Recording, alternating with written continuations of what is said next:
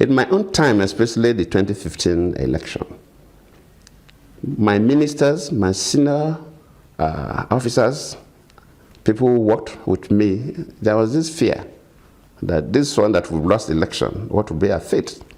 Will the new government just throw all of us into jail without giving us even fair hearing? Because government is next to God and decide to do anything. That fear was in the minds of people. Some people feel, could I even run away? Should I stay in the country? But to them, that will not be much of a problem because it's the same party that is taking over. Hi, good day, viewers. Recently, I listened to Goodluck Jonathan's interview he had with Arise News. That was in March after the presidential election. And I took time to listen to some things he highlighted, especially how he gave up after the 2015 presidential election and he called Buhari, and how they started threatening them and how they were afraid. He himself and his ministers, they were afraid maybe a new government could just come and throw them into jail without fair hearing. So many things he spoke, and he still highlighted that not that he lost the election, that he knew the irregularities that took place, but he just want peace in Nigeria. So after listening to the interview, I said, come on, you knew that there were irregularities. You are the president. Under your watch, things are going wrong to your own detriment and the detriment of the general masses. And you allow it in the name of so-called peace, progress, democracy, let it be, let them go. You consider defeat. On the election, you know you did not lose. First of all, I think that is not the character of a leader. Goodluck Jonathan is a gentleman, and I think people commended him for what he did by just congratulating Buhari. But in this life, anytime you want things to go right, you must call the spade a spade. If you don't call the truth, you will continue to suffer the effect of the lies you buried. In 2015, there is no doubt that Goodluck Jonathan buried a lie. He buried a fear that has resurrected today. He conceded power to General Muhammadu Buhari. He knowing fully well that, look at this election is not okay. And he has every power to correct things. We are not saying he should have just do everything to his own favor because he have the power, no. But when you know the truth, because for him to say this after 9 years, he's now coming out to say, I know I did not lose this election, but for peace to reign. Then the peace, he said because of peace, but we did not see the peace in Nigeria. He said it's because of the progress, that is why he gave up the power to APC. Are we seeing the progress today? I think Goodluck Jonathan has made the greatest mistake in his life. And I think he should be regretting about this. Anyway, he is. I know that because of this, a lot of international community praised him. But they are praising you for the election you knew that you did not lose. After all, the INEC chairman has not declared Buhari winner when you call Buhari to congratulate him. Well, why I'm saying this is this. When you said you want to maintain peace because the evil want to take power or evil want to reign, you say it is peace you want to maintain. That peace you are calling is a peace on the surface, not internal. Because right from that 2015 up to today, so many Nigerians have been going through a lot. More people have been killed.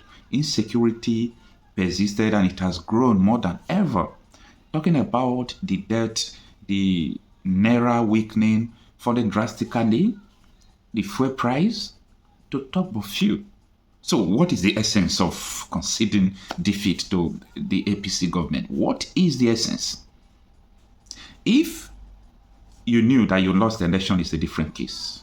You coming out to tell us that you won this election, there were irregularities, but I just have to leave everything. No, it hurts me personally listening to him. It hurts me so much. Goodluck Jonathan is a gentleman, I know. He's not a kind of person that makes trouble. He's not a kind of person that crisis, I know.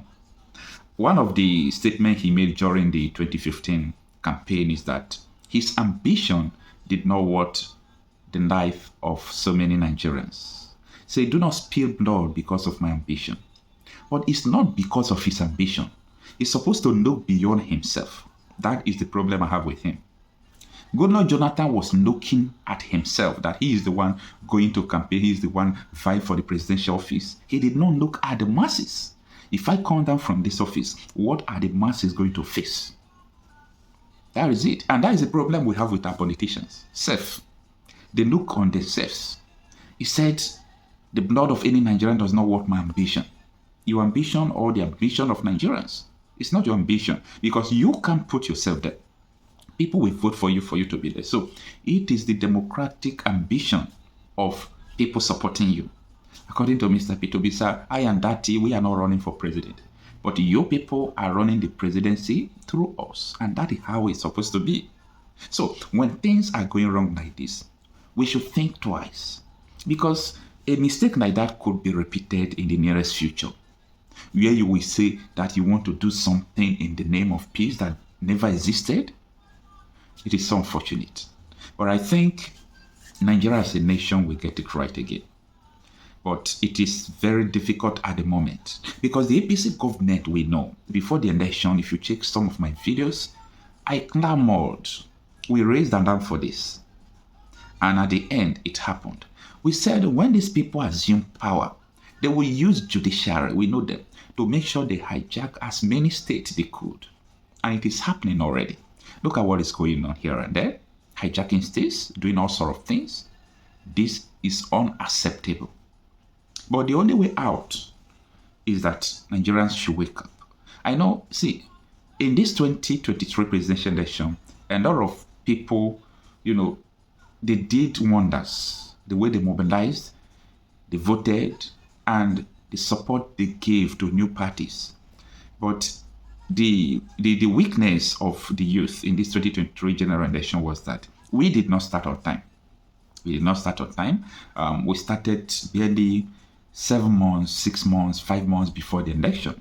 That was because we did not see somebody that worth our stress, somebody that we can fight for, vote for, and do all sort of things till P2B came out under the platform of the Labour Party.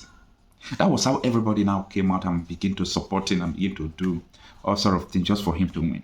But if everything continued to go like this, I think Nigerians should employ a different strategy. I heard from the Senate when they were saying that they are going to pass the law to make the electronic transmission of results to be mandatory. They realized that the mistake they made in 2022 Electoral Act was to put electronic transmission of result and not making it mandatory. So they also allow another option of manual condition, and INEC and APC government now take that as an option to practice their corrupt nature of life. That was what they did. But now, if the Senate could affirm that only electronic transmission of result, not manual condition, will take place, I think the youth will be willing to vote again. And not only that, if also they implement diaspora voting and people should vote online, all these things will change the game comes 2027. But for now, I think we should be talking about how Nigerians will survive before that 2027. With this fair price going to 1,000 naira, inflation here and there, all these things still boils down to 2015.